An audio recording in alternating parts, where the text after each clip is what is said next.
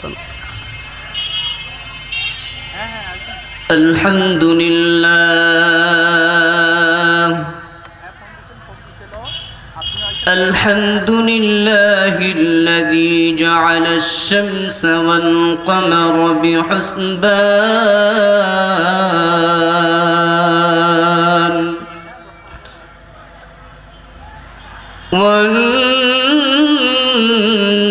والنجم والشجر يسجدان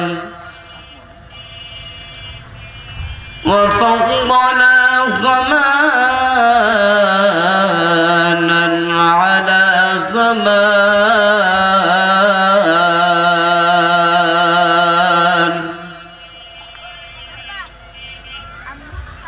كما فضلنا مكانا على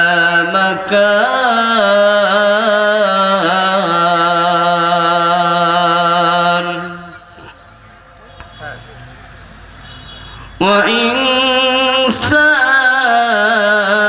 وإنسانا على إنسان ونشهد أن لا إله إلا الله وحده لا شريك له ونشهد أن محمدًا عبده ورسوله أو كما قال رسول الله صلى الله عليه وسلم الصلاة على وقتها قال ثم أي قال ثم بر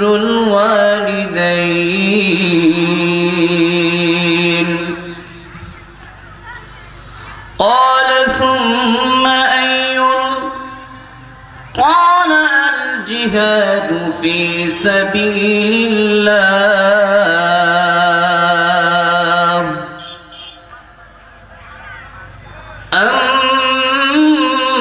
أما بعد فأعوذ بالله من الشيطان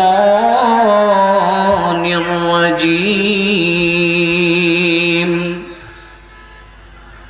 بسم الله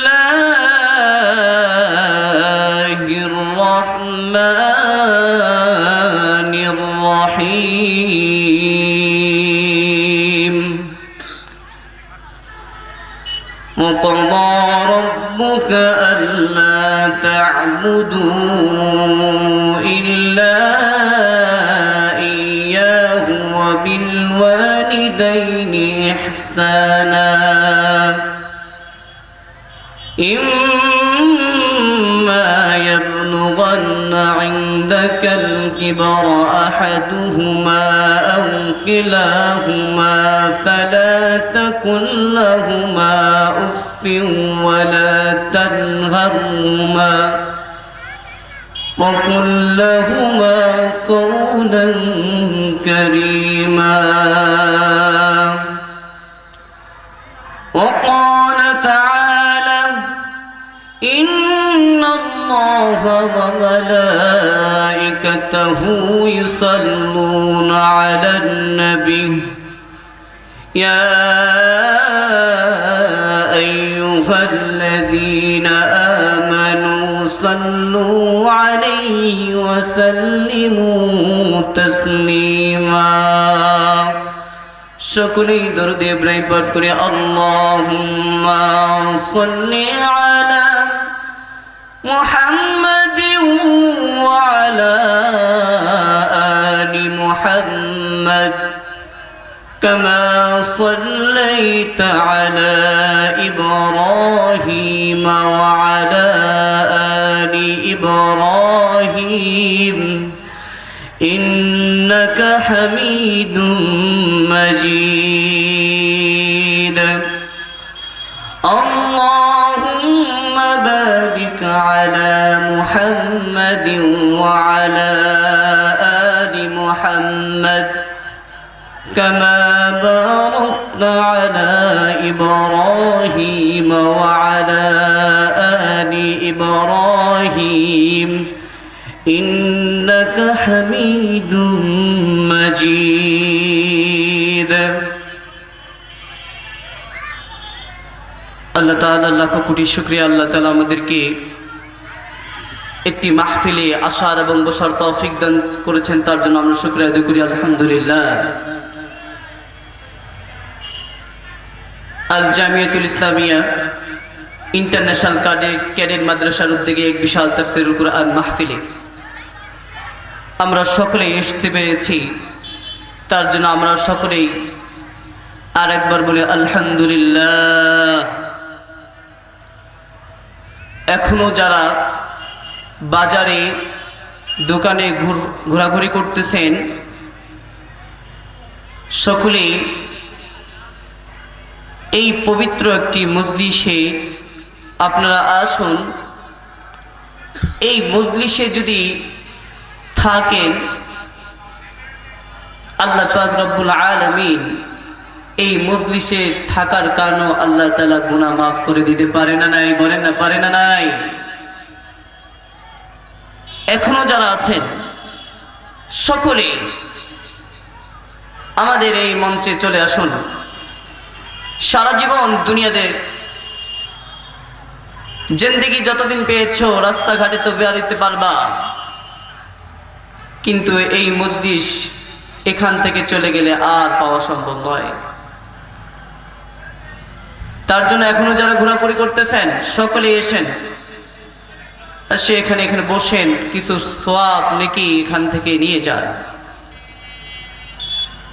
তো যাই হোক, আমার আলোচনার শুরুতে আমি বলবো কি বিষয় নিয়ে আলোচনা করব, তাহলে আমার আলোচনাগুলো বুঝার খুব তাড়াতাড়ি বুঝবেন। আবার আজকের আলোচনা হচ্ছে পিতা মাতার হক এবং সন্তানের হক। আল্লাহ তাআলা কোরআনে কারীমের ভিতরে বলেন, وَقَضَى رَبُّكَ أَلَّا تَعْبُدُوا إِلَّا إِيَّاهُ وَبِالْوَالِدَيْنِ إِحْسَانًا। আল্লাহ তাআলা বলেন, তোমার প্রতিপালক হুকুম জারি করেছেন একমাত্র তুমি আমার ইবাদত করবা, আর কারো ইবাদত করবে না। وَبِالْوَالِدَيْنِ إِحْسَانًا, এবং পিতামাতার সাথে ভালো আচরণ করবা, উত্তম আচরণ করবা। পিতামাতার সাথে ভালো আচরণ করবা, পিতামাতা যেন কোনোভাবেই কষ্ট না পায়। আল্লাহ তাআলা বলেন, যদি পিতামাতা কষ্ট পায় আমি আল্লাহ কষ্ট পাই। আর আল্লাহ যদি কষ্ট পায় ওই ব্যক্তির জন্য জাহান্নাম ছাড়া আর কিছুই নাই। আল্লাহ এই জন্য বলে, ও বান্দারে,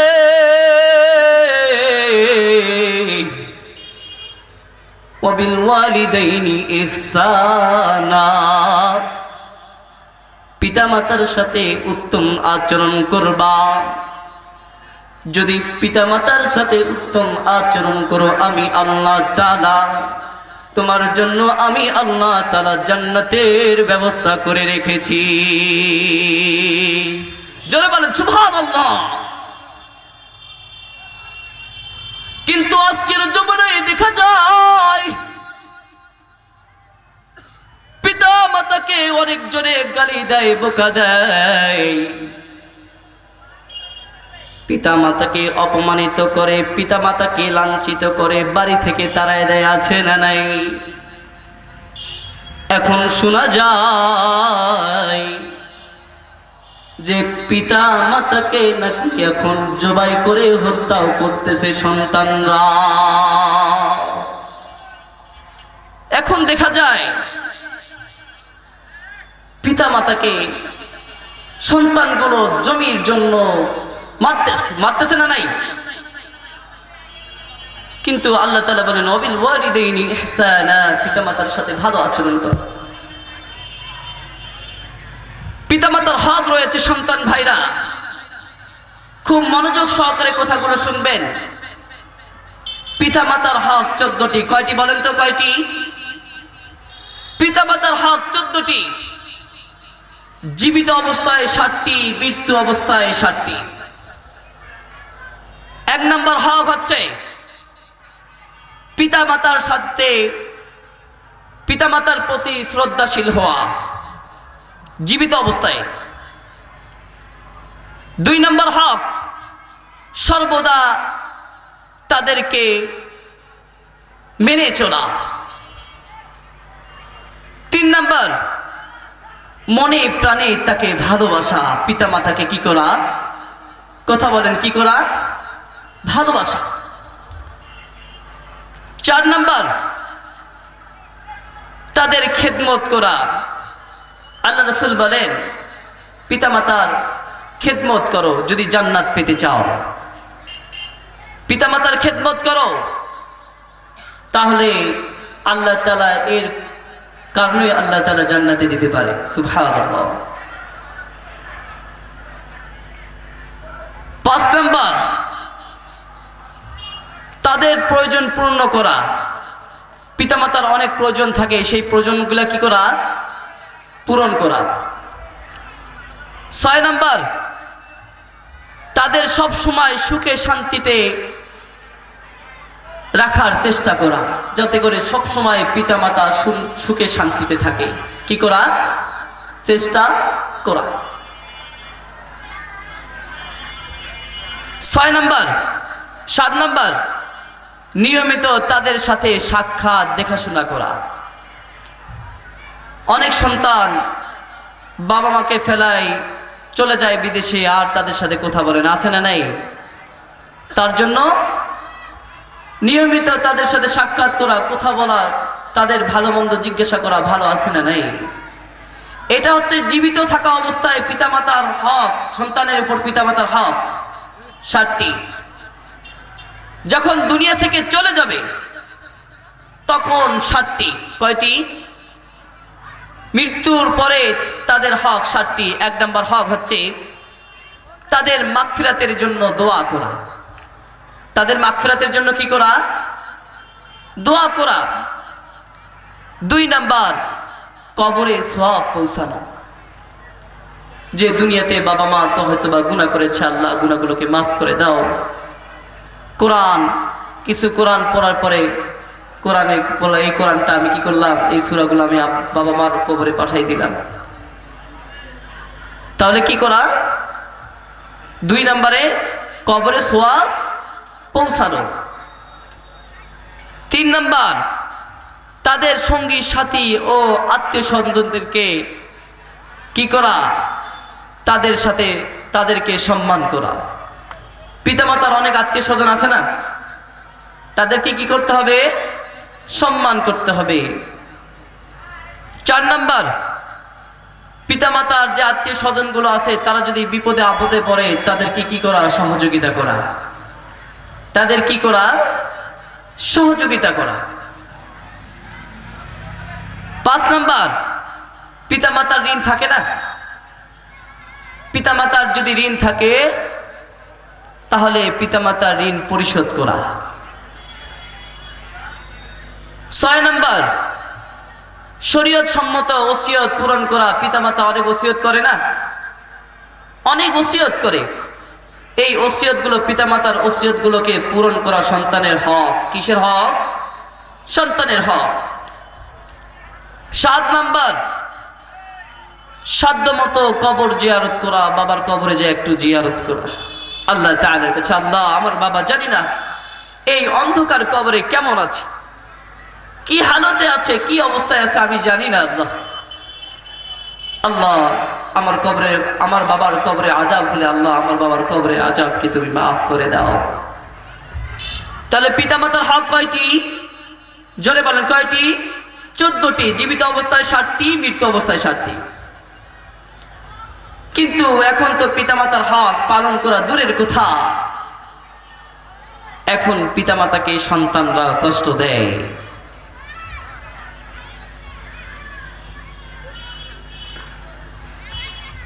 অনেক কষ্ট দেয় পিতামাতাকে, কিন্তু কোনোভাবেই পিতামাতাকে কষ্ট দেওয়া যাবে না।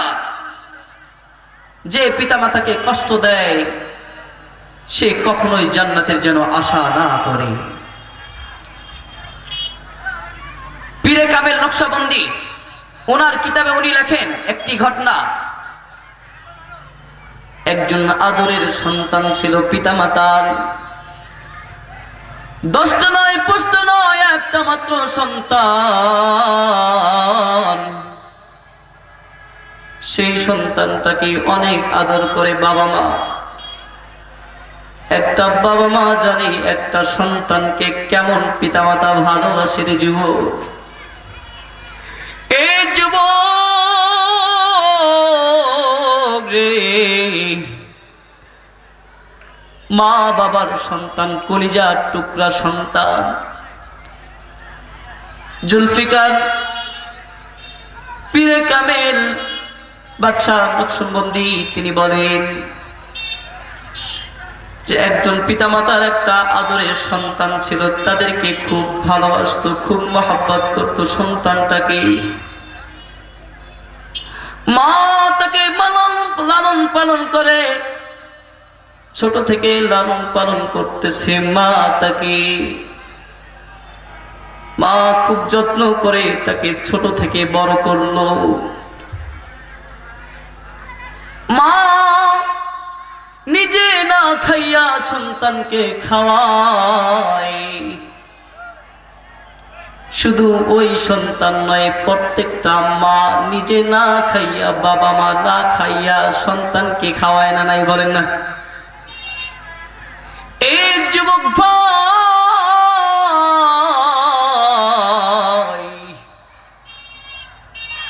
ওই সন্তানটাকে মা এত ভালোবাসে, এত মহব্বত করে। সন্তানকে সব সময় বুকের ভিতরে জড়াইয়া ধরে আর বলে, সন্তান রে, তুমি আমার কলিজার সন্তান, তুমি আমার সম্পদ। সন্তানকে ছোটবেলা থেকে লালন পালন করলো। এমন তো অবস্থায় সন্তান বড় হয়ে গেল, সন্তানকে বিয়ে দিল একটা সুন্দরী নারী দেখে। এই যুবক ভাই, সুন্দরী নারী দেখে একজন ওই যুবকটাকে বিয়ে দিয়ে দিল। কিন্তু তার ওই যে মহিলাটার উপরটা সুন্দর, তার চামড়াটা সুন্দর, কিন্তু তার অন্তরটা কালো।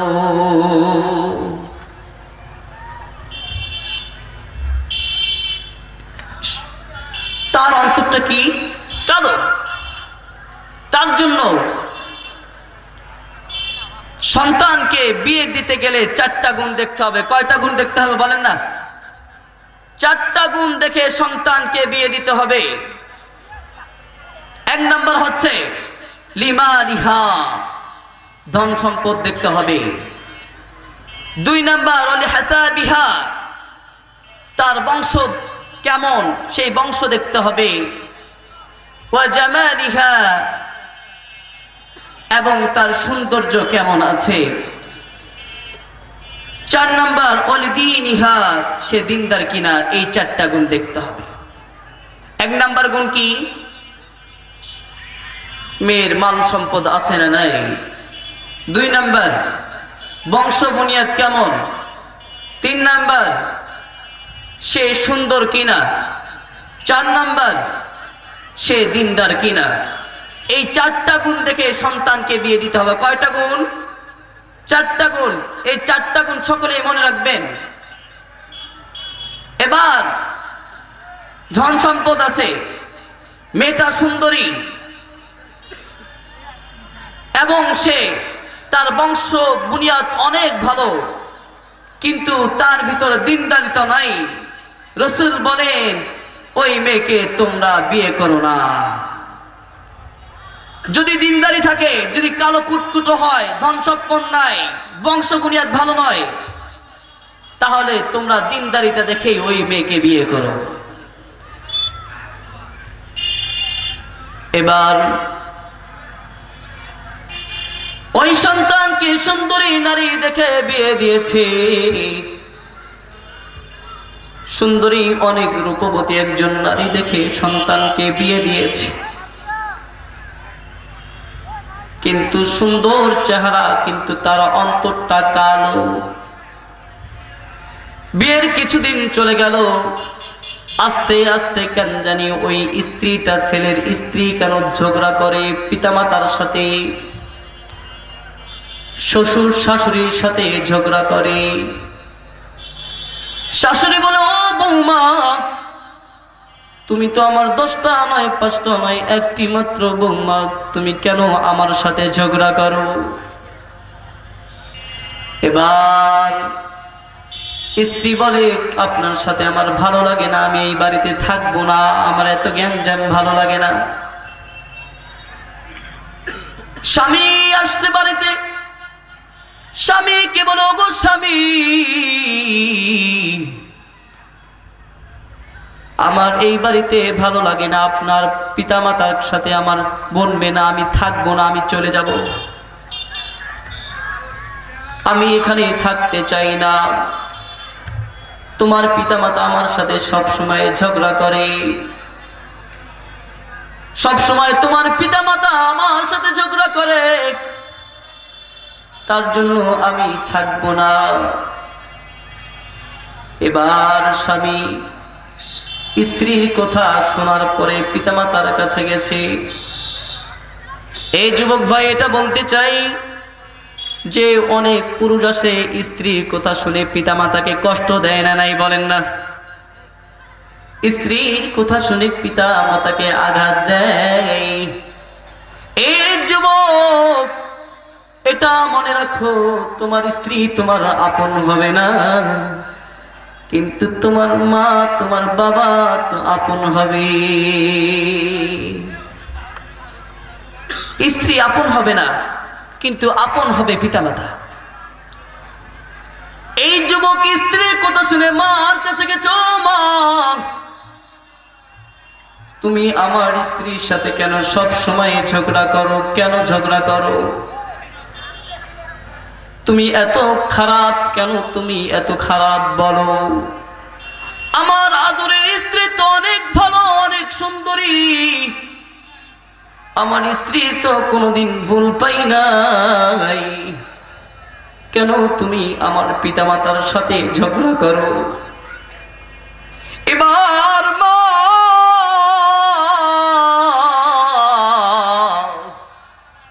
চোখের পানি ফেলে কাঁদে আর বলে, এর সন্তান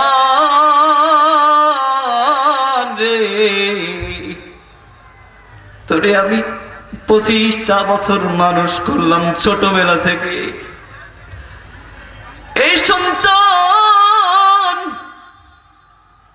কিছুদিন হলো 5 মাসও হয় নাই, আমার চেয়ে তোমার স্ত্রী কি বেশি আপন হলো রে সন্তান? আমার চেয়ে কি তোমার স্ত্রী বেশি আপন হয়ে গেল? ও সন্তান, আমি ঝগড়া করি না, কারণ তুমি আমার একটা মাত্র সন্তান, আমার বৌমাও তো একটা, 10টা নয় একটা, কেন ঝগড়া করবো আমি আমার বৌমার সাথে?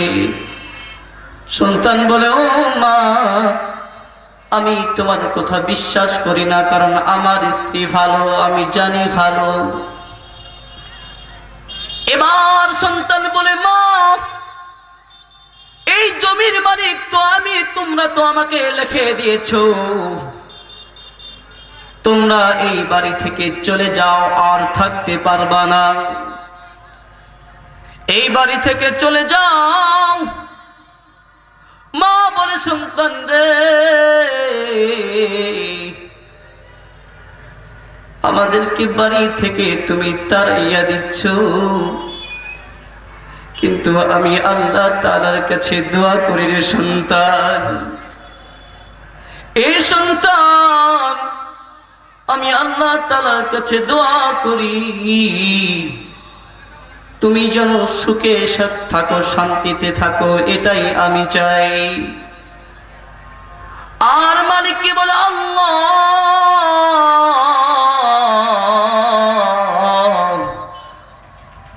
আমার সন্তান যেন সুখে থাকে, শান্তিতে থাকে,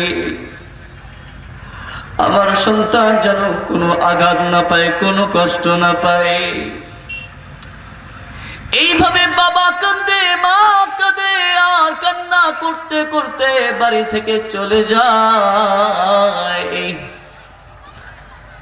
একটা বট গাছের নিচে তারা জায়গা নিয়েছে, একটা খেরির ঘর দিয়ে তারা ওখানে বসবাস করে।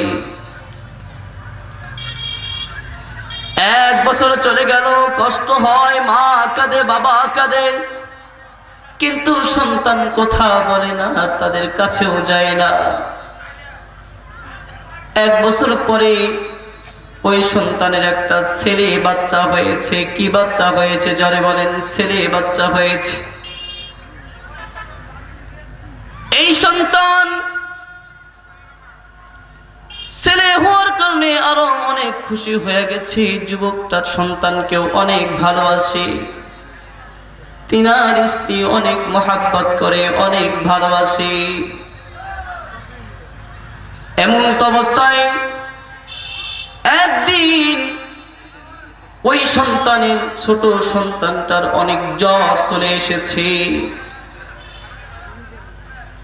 মা রাত্রে বেলা তার কপালে জলপট্টি দেয়, বিছানায় পেশাব করতেছে, কাপড়গুলো চেঞ্জ করে, ঠান্ডার দিনে চেঞ্জ করে, আবার কাপড় পরাইয়া দেয়, কারণ সন্তানের যেন সর্দি না লাগে। এইভাবে সন্তানকে লালন পালন করতেছে, পিতামাতা আদর করতেছে।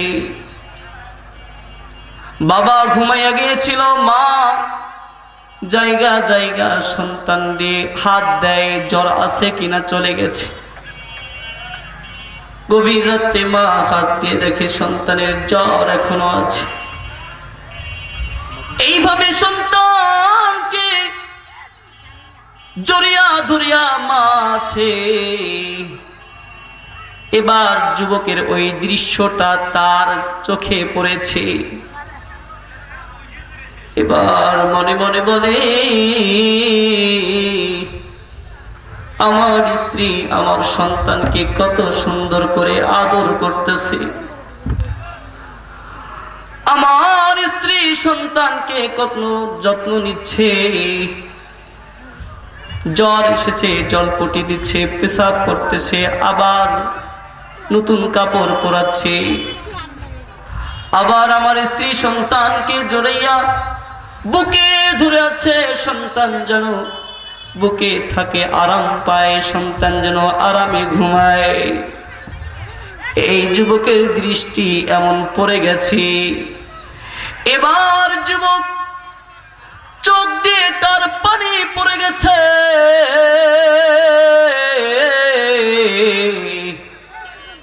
কাদা শুরু করে দিয়েছে, হাউমাউ করে কাদা শুরু করে দিয়েছে। বলে, আমার স্ত্রী তার সন্তানকে কত সুন্দর করে যত্ন করতেছে, আমি যখন ছোট ছিলাম আমার মা তো আমারে এমন করে আদর করেছিল, যত্ন করেছিল। আজকে এই মা দুখনিকে আমি এই বাড়ি থেকে তাড়াইয়া দিলাম। আমার মাও তো আমাকে লালন পালন করেছে, আমাকে এত আদর করেছে, আমি তো যখন ছোট্ট ছিলাম আমার মাও তো এর মতো করেছে। আজকে এই মাকে আমি বাড়ি থেকে তাড়িয়ে দিয়েছি। গভীর রাত্রে বেলা সন্তান গেট খুলাইয়া আমার ওই বটগাছের কাছে গেছে, খেরির ঘরের সামনে। মা বলে ডাকার সাহস পায় না, কারণ মার সাথে তো আমি 1.5 বছর কথা বলি নাই। এবার যদি মাকে ডাক দেই, মা তো আমার রাগ দেখাবে। এই জন্য মা বলে ডাকার সাহস পাচ্ছে না এই যুবক। কিন্তু ঘর থেকে আওয়াজ আসে, গুনগুন গুনগুন কান্নার আওয়াজ আসে। মা কাঁদে, ইয়া আল্লাহ, আমার সন্তানকে তুমি ভালো রাখো, সুখে রাখিও। আমার সন্তান যেন কোনো কষ্ট না পায়, কোনো আঘাত না পায়, আমার সন্তানকে সুখে রাখিও মালিক। এইভাবে মা নামাজ পড়ে সন্তানের জন্য দোয়া করতেছে। এবার যুবকের সাহস হয়েছে, যুবক এবার বলে, মা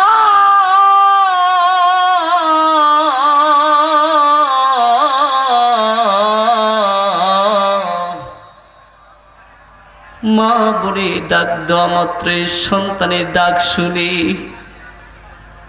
মা দরজা খুলে সন্তানকে বলে, সন্তান রে, এ সন্তান, তুমি তো আমারে 1.5 বছর ধরে তুমি আমারে মা বলে ডাকো নাই। সন্তান রে, তুমি এত রাত্রিবেলা কেন এসেছো? কোনো বিপদ হয়েছে নাকি? এই সন্তান কোনো মুসিবত হয়েছে নাকি? এবার সন্তান বলে, মা আমি ভুল করেছি, আমি অপরাধ করেছি, আমারে ক্ষমা করে দাও মা। ও মা, আমার স্ত্রীর কথা শুনে তোমাকে বাড়ি থেকে তাড়িয়ে দিয়েছি মা, আমাকে তুমি ক্ষমা করে দাও। আমি জানি তুমি অনেক কষ্ট পেয়েছো মা, আমি জানি বাবা তুমি অনেক কষ্ট পেয়েছো। এবার মা বলে, সন্তান রে,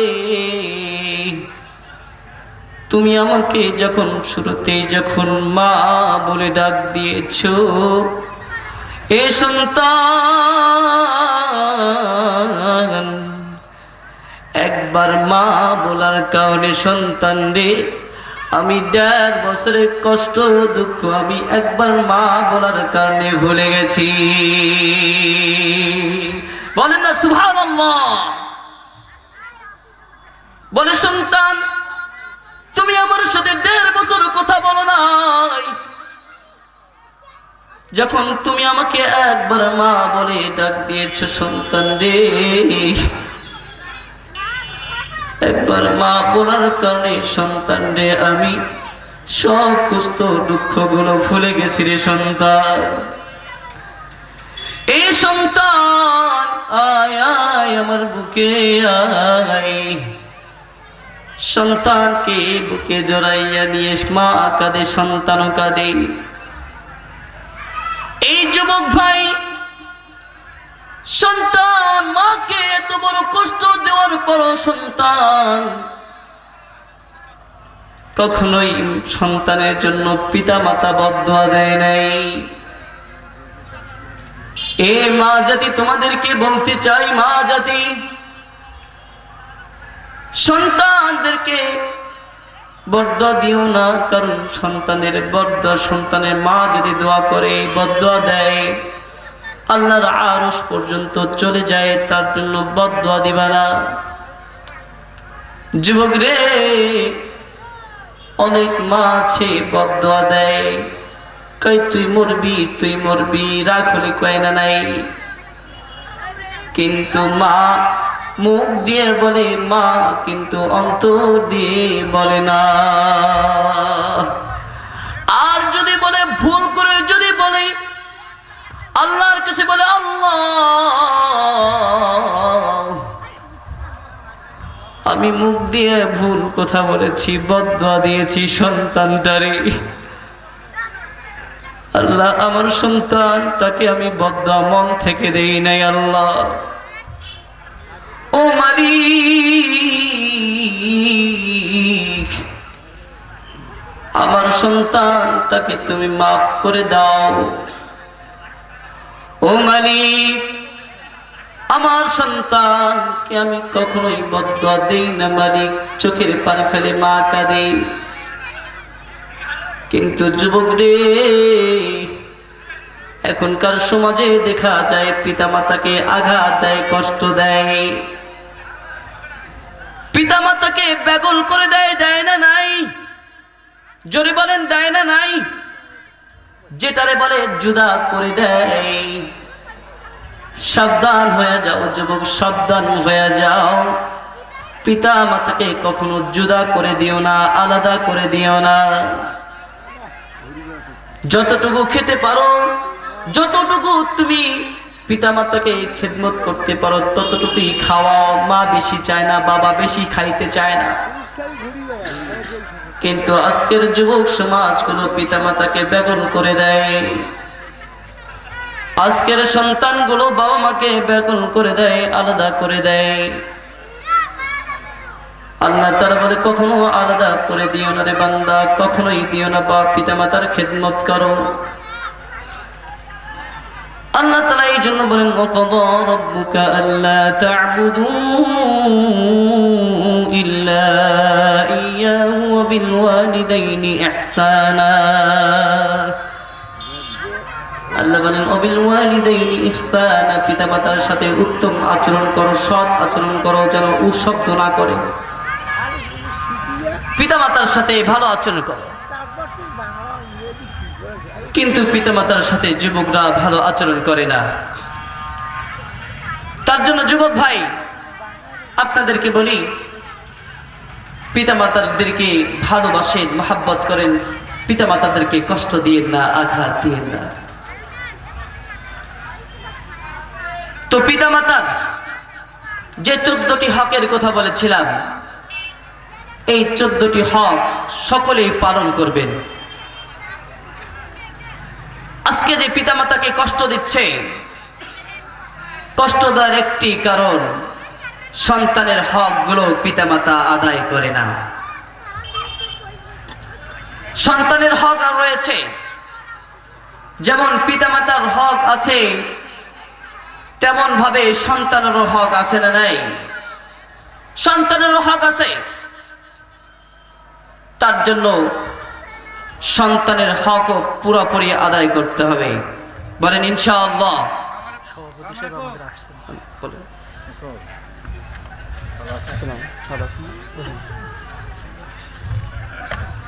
আসসালামু আলাইকুম সম্মানিত মুস্তামিবৃন্দ, আজকের এই মাহফিলের পিতামাতার যেমন হক রয়েছে তেমনি করে সন্তানের হক আছে।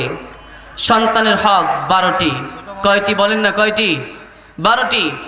সন্তান যখন জন্মগ্রহণ করে সন্তানের কানে আজান দেওয়া। কি দেওয়া? আজান দেওয়া। এটা সন্তানের হক। 2 নম্বর, সন্তানের হক হলো সুন্দর একটি নাম রাখা। কি রাখা? সুন্দর একটি নাম রাখা। কিন্তু দুঃখের বিষয় হচ্ছে আমরা মুসলমান জাতি, কিন্তু আমরা সন্তানের ভালো নাম রাখি না। অনেকেই রাখে ঋতুমণি, রিয়ামণি, রিন্তি, রিন্নি। এগুলো তো যুবক হিন্দুদের নাম। তার জন্য পিতামাতার হক সন্তানকে, সন্তানের ভালো নাম রাখা। সন্তানের ভালো নাম রাখতে হবে, কারণ সন্তানের এটা হক। কিয়ামতের মাঠে আল্লাহ তাআলা নাম ধরে ডাকবে আব্দুল্লাহ, আব্দুর রহমান, আব্দুল মাজিদ, আব্দুল মজিদ, এইভাবে নাম ধরে ডাকবে। তার জন্য সন্তানের কি রাখতে হবে? জোরে বলেন, কি রাখতে হবে? ভালো নাম। 2 নম্বর হক। 3 নম্বর হক আকিকা করা। কি করা? আকিকা করা। তো 7 দিনের মাথায় আকিকা করা সুন্নাত। তো আকিকা করতে হবে, সন্তানের আকিকা। যদি 7 দিনে না পাও 10 দিনে করো, 10 দিনে না পাও 1 মাস করো, সমস্যা নেই। 4 নম্বর হক সদকা করা। আকিকা যে চুল নাড়া করেন, যতটুকু চুল পড়ে যায় ওই পরিমাণ কি করা? সদকা করা। 4 নম্বর হক কি? সন্তানের সদকা করা। 5 নম্বর হক, যখন ছেলে একটু বয়স হবে তার খাতনা করা। কি করা? খাতনা করা। 6 নম্বর হক তাওহীদ শিক্ষা দেওয়া। 7 নম্বর হক কুরআন শিক্ষা দেওয়া। এবং 8 নম্বর হক ছোটবেলা থেকে নামাজের শিক্ষা দেওয়া। কি দেওয়া? সন্তানকে নামাজের শিক্ষা দেওয়া। মসজিদে নিয়ে যাবেন, ছোট বাচ্চাদেরকে মসজিদে নিয়ে যাবেন। রসুল যেরকম ভাবে হাসান হুসাইনকে নিয়ে গিয়েছে। তাহলে 8 নম্বর কি? সন্তানের ছোটবেলা থেকে নামাজের শিক্ষা দেওয়া। 9 নম্বর আদব আখলাক শিক্ষা দেওয়া। সন্তানদেরকে সুদূর থেকে আদব আখলাক শিক্ষা দিতে হবে। 10 নম্বর আদর স্নেহ ভালোবাসা দেওয়া। 11 নম্বর দ্বীনি ইলম শিক্ষা দেওয়া। এবং 12 নম্বর হক প্রাপ্ত বয়স্ক হওয়ার আগে পর্যন্ত লালন পালন করা। এটি হচ্ছে সন্তানের 12টি হক, পিতামাতার উপর সন্তানের হক।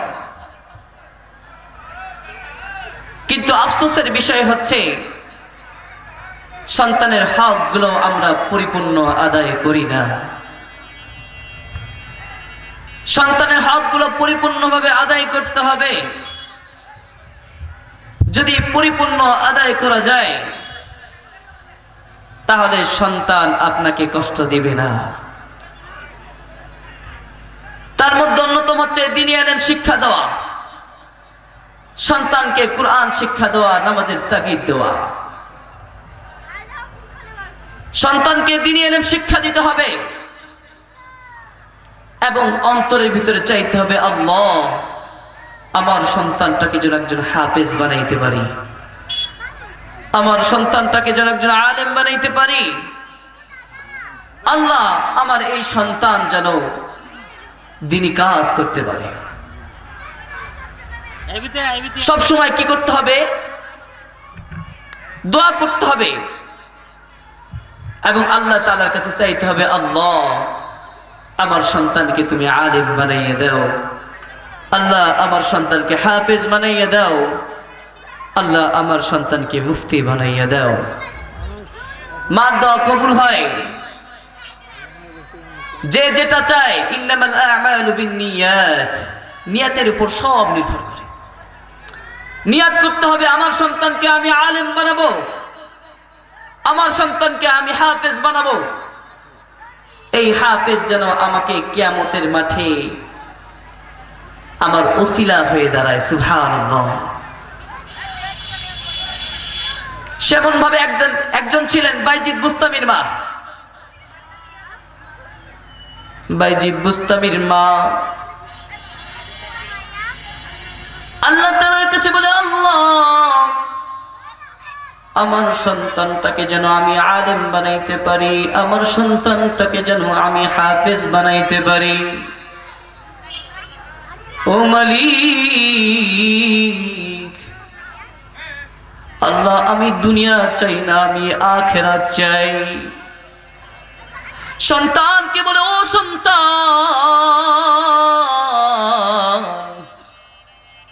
তুমি আমার আখিরাতের ধন।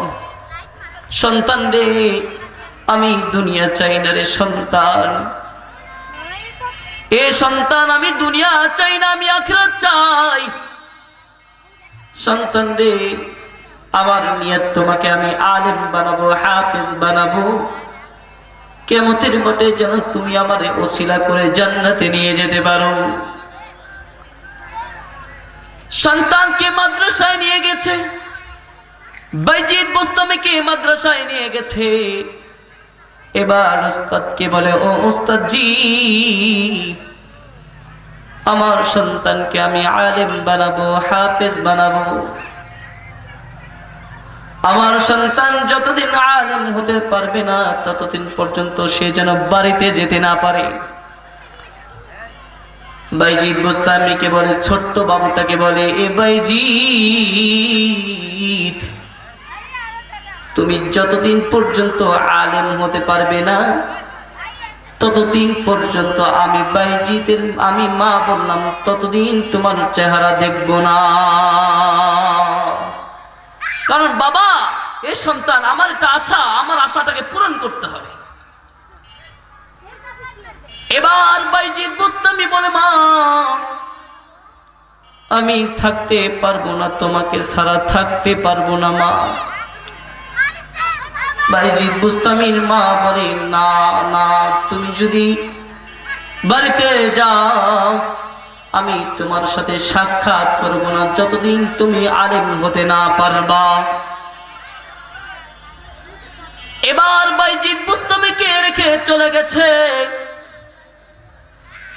বাইজিদ বুস্তামি চোখের পানি ফেলে কাঁদে, বলে, মা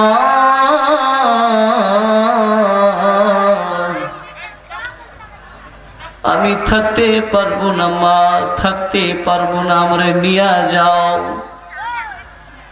কিন্তু মা তার কথা শুনে নাই, চলে গেছে।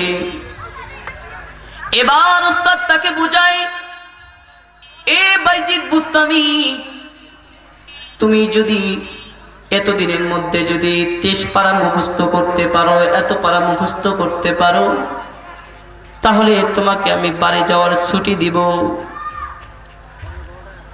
বাইজিদ বুস্তামি আনন্দে খুশিতে পড়ার মধ্যে মনোযোগ দিয়ে দিয়েছে। একটা নির্দিষ্ট সময় দিয়েছে, কিছুদিন সময় দিয়েছে 23 পারা মুখস্থ করার জন্য ওস্তাদজি। কিন্তু বাইজিদ বুস্তামি নির্দিষ্ট দিনের আগেই 23 পারার চেয়ে বেশি কোরআন মুখস্থ করে ফেলেছে। বলেন সুবহানাল্লাহ।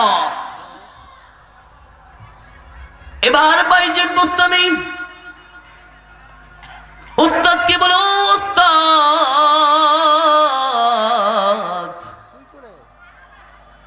আমার তো এবার বাড়ি যাওয়ার সময় হয়েছে, আমি বাড়ি যাব, আপনি তো বলেছেন। উস্তাদ তো কথা দিয়েছে বাড়ি যাওয়ার ছুটি দিবে, বাইজিদ বুস্তামিকে ছুটি দিয়েছে।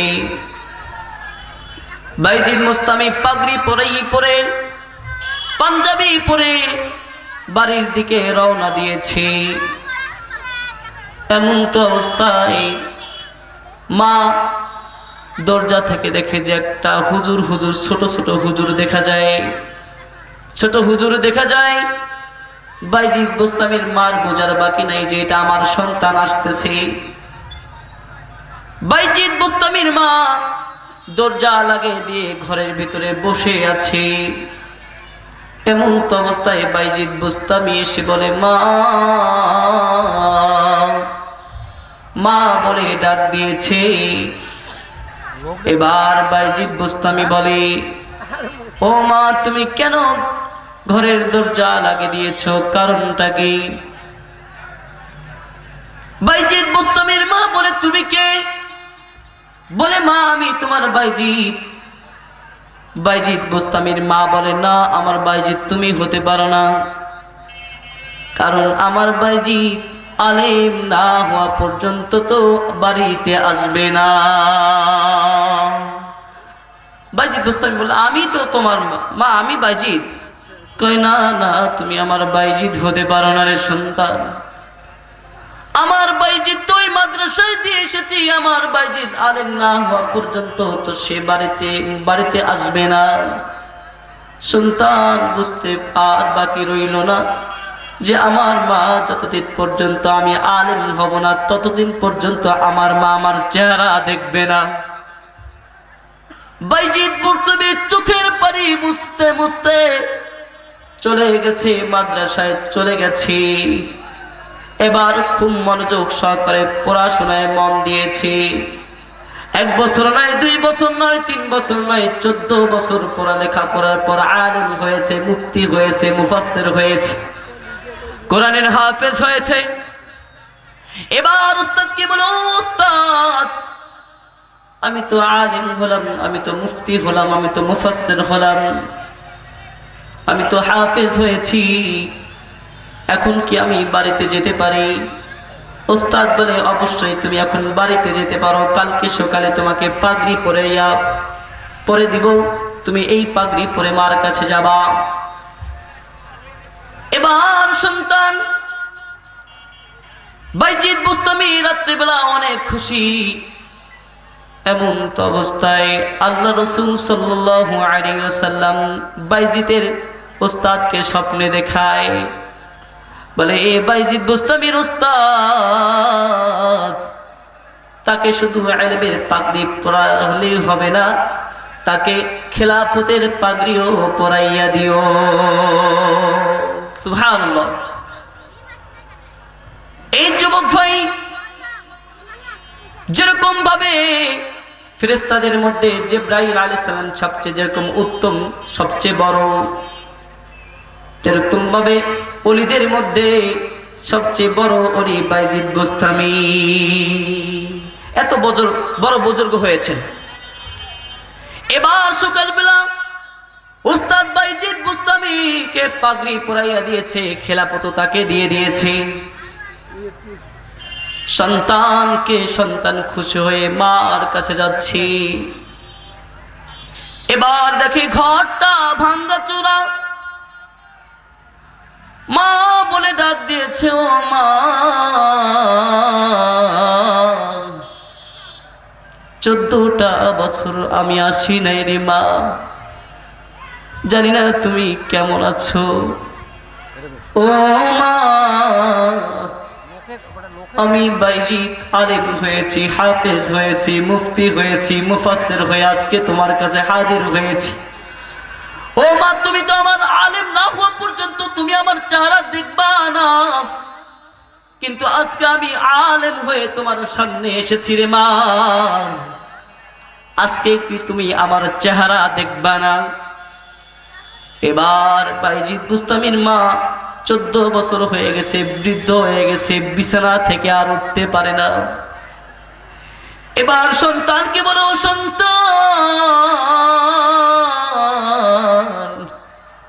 আয়, সন্তান আমার বুকে আয় রে সন্তান, আমি আল্লাহ তাআলার কাছে একটা জিনিস চেয়েছি। আল্লাহ,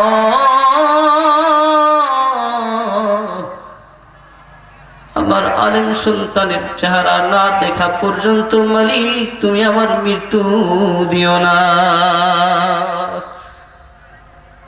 এইভাবে বাইজিদকে জড়াইয়া ধরছে, বাইজিদকে জড়াইয়া ধরাইয়া কান্দে, বলে বাবা রে, আমি অসুস্থ, হয়তো আর দুনিয়াতে থাকবো না রে বাবা, আমার একটু দে, আমার একটু উজু করে দে রে বাবা। এ বাবা, আমারে উজু করে দে, আমি একটু 2 রাকাত নফল নামাজ পড়ে তোমার জন্য দোয়া করি। সন্তান আলেম, সন্তান মার উজু করে দিয়েছে। মা এবার মুসল্লিতে বসে নামাজ 2 রাকাত নফল নামাজ পড়ে মা সন্তানের জন্য দোয়া করে, আল্লাহ,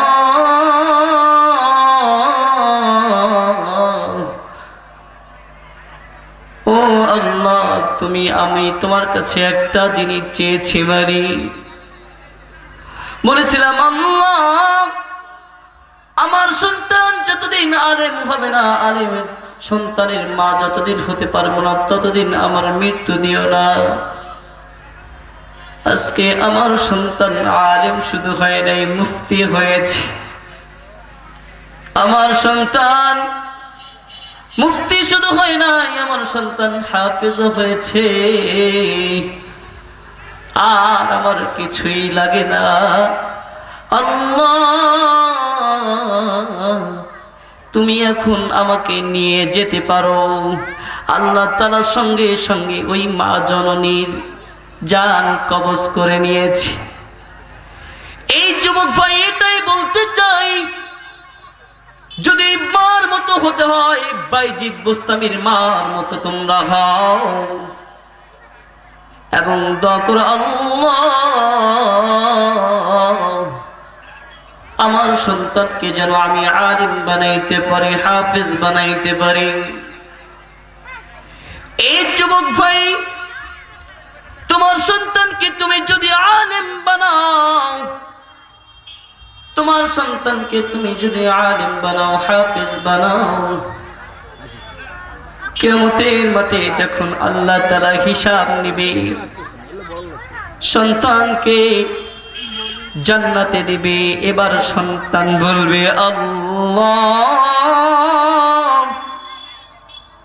আমি জান্নাতে প্রবেশ করব না, জান্নাতে ঢুকবো না। আল্লাহ বলবে, কেন তুমি জান্নাতে ঢুকবো না, কারণটা কি? সন্তান বলে, আল্লাহ, যে মা বাবা আমারে আলিম করলো, হাফেজ করলো, ওই মা বাবা আজকে জাহান্নামে। এ মালিক, ওই মা বাবা যতক্ষণ পর্যন্ত তুমি জান্নাতে দিবা না, ততক্ষণ পর্যন্ত আমি আল্লাহ জান্নাতে প্রবেশ করব না। বলেন সুবহানাল্লাহ, জোরে বলেন না সুবহানাল্লাহ। আল্লাহ তাআলা বলে, সন্তান, এই বান্দারে, তোর পিতা মাতা তোরে দুনিয়াতে আলিম করেছে, হাফেজ করেছে, যা যা সন্তান রে, সন্তান, তোর কারণে আমি তোর পিতা মাতাকেও আমি আল্লাহ তাআলা জান্নাতে দিয়ে দিলাম। সুবহানাল্লাহ। এই যুবক ভাই, এটাই বলতে চাই, এই দুনিয়া কি? এই দুনিয়া কিছুই নয়, কিছুই নয়। দুনিয়া থেকে চলে যেতেই হবে। পৃথিবী আমার আসল ঠিকানা নয়, মরণে কি দিন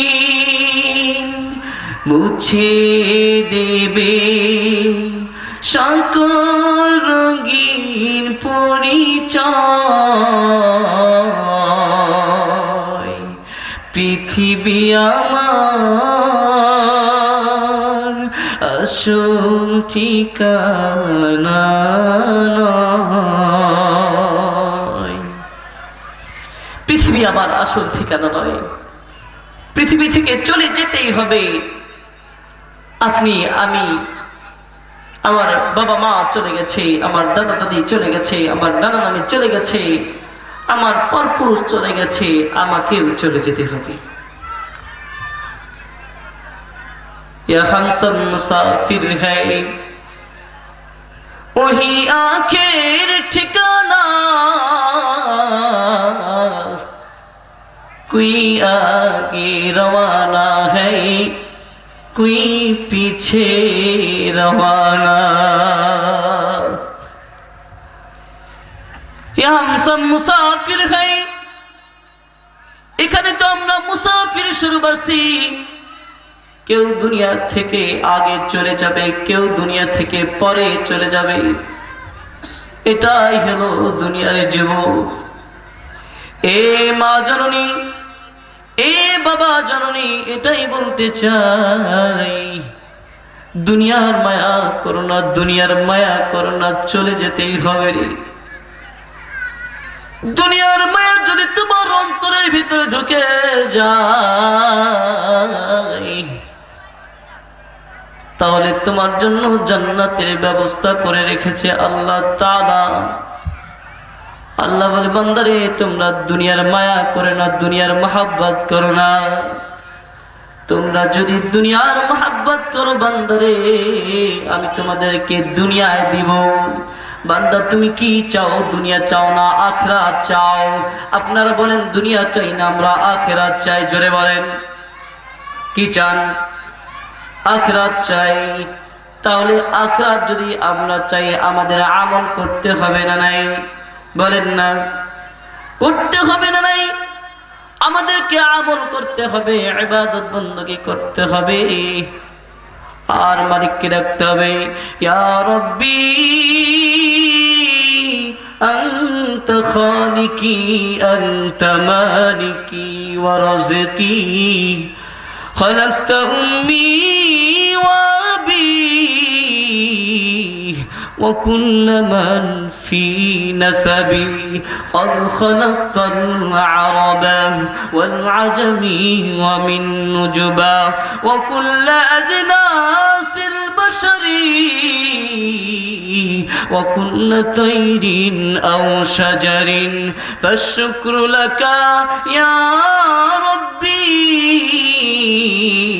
والحمد لك يا فالق الحب لولا أن هديتنا ما كنا اهتدينا এইভাবে যদি মালিকের কাছে দোয়া করা যায়, মালিক বলে আল্লাহ রে,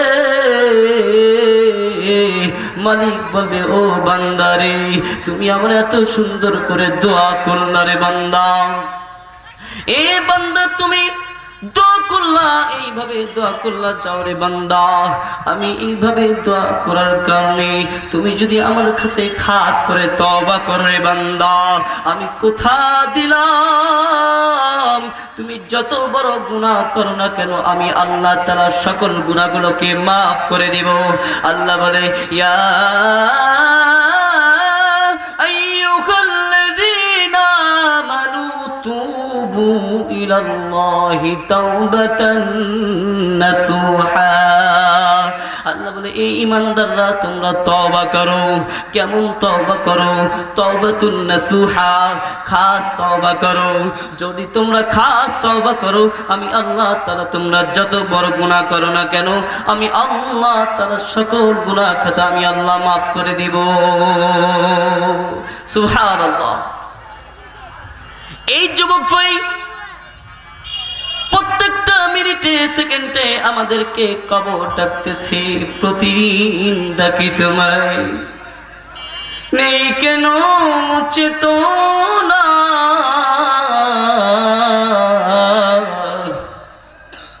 সময় থাকিতে করো পরকালের সাধনা, ডাকার মতো ডাকবো একদিন আমি অন্ধকার কবর, আসতে হবে আমার কোলে, রাখনা কেন খবর, সব কিছু আজব গজব থাকবে তুমি একেলা, ছেলে মেয়ে কাঁদবে সবাই, কেউ হবে না সাথী, আমি কবর নির্জন গ্রহ, কেউ দিবে না বাতি। কবর বলে, ও আল্লাহর বান্দা, আমি কবর, আমি কিন্তু আলো দেই না, আমি কবর অন্ধকার অন্ধকার, তুমি যদি আমল নিয়ে আসো আমি কবর তোমার জন্য ফুলের বাগান হয়ে যায়। আর তুমি যদি দুনিয়াতে আমল নিয়ে আমার কবরে যদি না আসতে পারো তাহলে আমি কবর ভয়ঙ্কর হয়ে যায়। আল্লাহ তাআলা বলেন, বান্দারে কবর কিন্তু অনেক ভয়ঙ্কর। এই যুবক ভাই কবর কিন্তু অনেক ভয়ঙ্কর। এই যুবক ভাই এটাই বলতে চাই, এই দুনিয়াটা যে আমরা দেখতে পাচ্ছি এটা কিন্তু একটা দোকান। ইয়া হাম সব মুসাফির হ্যায় ওহি আখির ঠিকানা, কোই আগে রওয়ানা হ্যায় কোই পিছে রওয়ানা। কেউ আমরা আগে যাব, কেউ হয়তো পরে যাব। এই যুবক ভাই जिंदगी में बंदगी तो करना है, जिंदगी में बंदगी शर्मिंदा है, आते हम कुछ न कुछ खरीदने को, এখানে বলে আইতে হাম কুছ না কুছ খরিদনে কো, আমরা যে দুনিয়াতে এসেছি কিছু ক্রয় করার জন্য এসেছি। বলেন কি করার জন্য এসেছি? কিছু নেকি কেনার জন্য এসেছি। এই যুবক ভাই এই বাজারটা, এই দুনিয়ার বাজারে আমরা নেকি কিনতে এসেছি। যুবক রে, যেমন ভাবে তুমি ব্যাগ নিয়ে কি যাও, বাজারে যাও কাঁচা বাজার করার জন্য। এই যুবক ভাই বাড়ি হলি তোমারে বলে যে মরিচ নাই, পেঁয়াজ নাই, হলুদ নাই, আদা নাই, এগুলো বাজার থেকে নিয়ে আসেন। আপনি ব্যাগটা নিয়ে বাজারে গেছেন, বাজারে যাইয়া দেখেন পেঁয়াজ দেখতেছেন, রসুন দেখতেছেন, আদা দেখতেছেন, সব কিছু দেখতেছেন, কিন্তু কিনতেছেন না। না কিনে আপনি বাড়িতে খালি ব্যাগটা নিয়ে চলে গেছেন। এবার বলেন তো, যদি বাড়িতে খালি ব্যাগটি নিয়ে যাওয়া যায়, বাড়িওয়ালি আর রাগ হবে না? বলেন না, বাড়িওয়ালি রাগ হবে না? খালি ব্যাগটা নিয়ে গেছেন, বাড়িওয়ালি তো রাগ হয়ে যাবে। কি বলবে?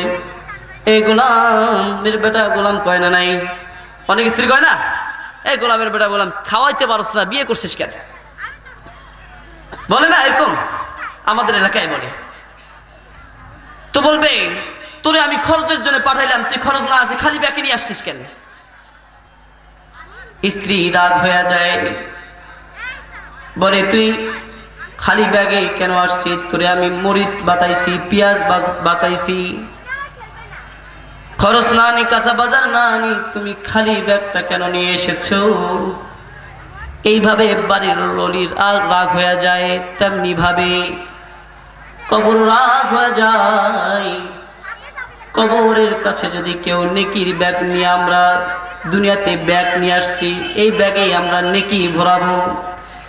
এই নেকি যদি, এই ব্যাগ নিয়ে যদি আমরা খালি চলে কবরে যাই, খালি ব্যাগ নিয়ে যাই, তাহলে বাড়িওয়ালির চেয়ে কবর হাজার গুণ ভয়ঙ্কর হয়ে যায়।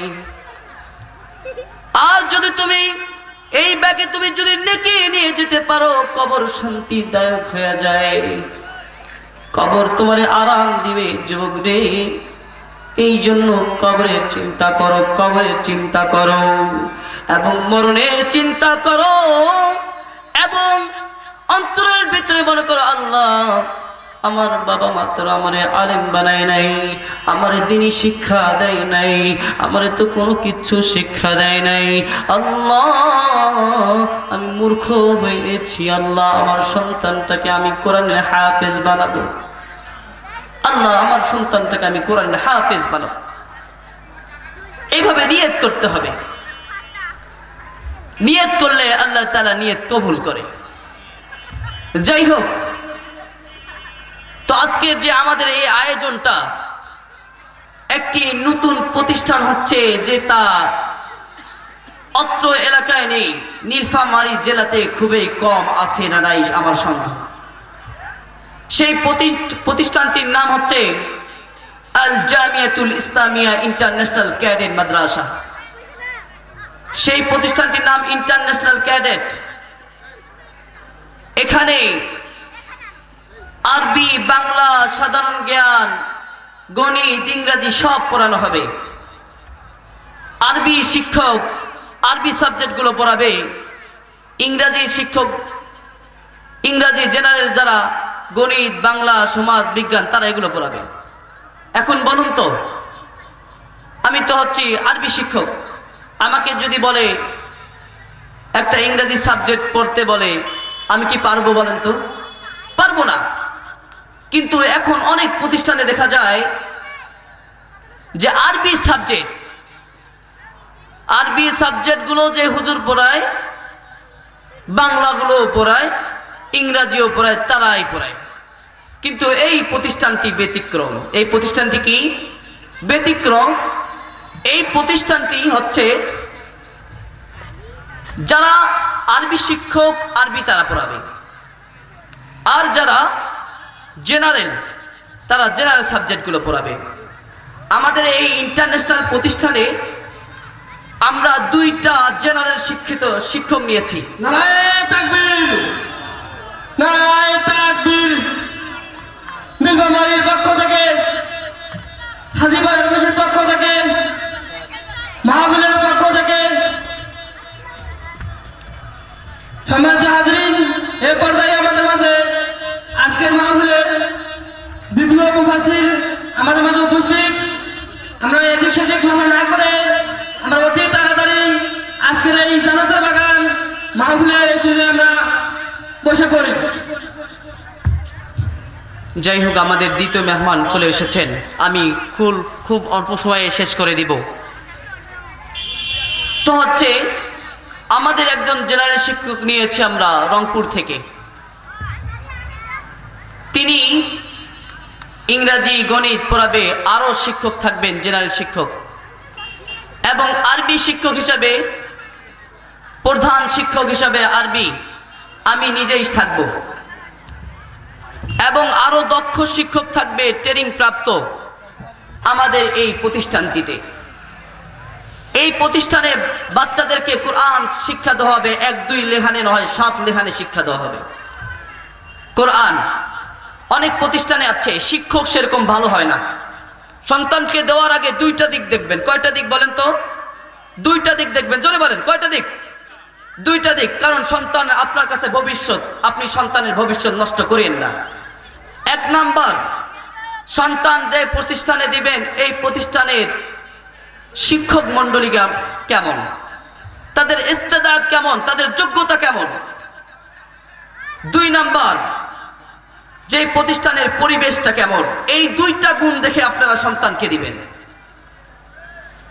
অনেক প্রতিষ্ঠানে আছে দিনী প্রতিষ্ঠানের কথা বলে ব্যবসা শুরু করে দেয়।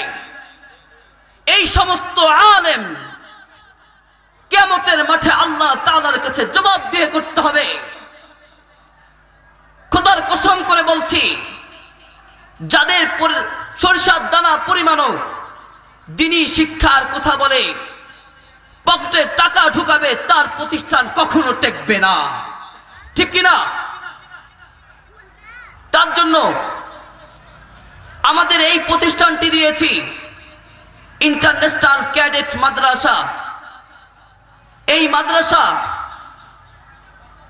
আমাদের সিসি ক্যামেরা থাকবে। এই মাদ্রাসায় মাজিয়ানা অনেক প্রতিষ্ঠান আছে যে নিচে পড়ায়, কিন্তু আমাদের ব্যতিক্রম, আমাদের ব্রেঞ্চ থাকবে স্কুল সিস্টেমে। কিন্তু স্কুল নয়, আরবিও হবে, বাংলাও হবে। বাচ্চাদের কেমন কোরআন তেলাওয়াত শোনা হবে, কেমন কোন লেখানে কোরআন তেলাওয়াত পড়া হবে, তাদেরকে শেখা হবে। আপনাদেরকে আমি একটু শুনাইয়া দিই। أعوذ بالله من الشيطان الرجيم.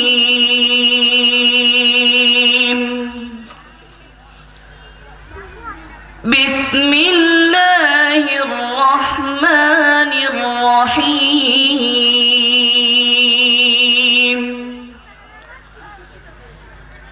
يا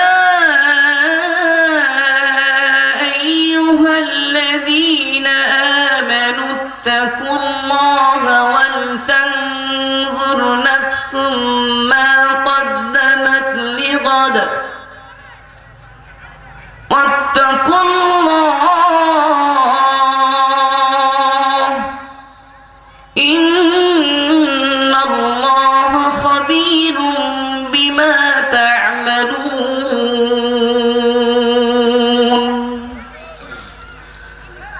ولا تكونوا كالذين نسوا الله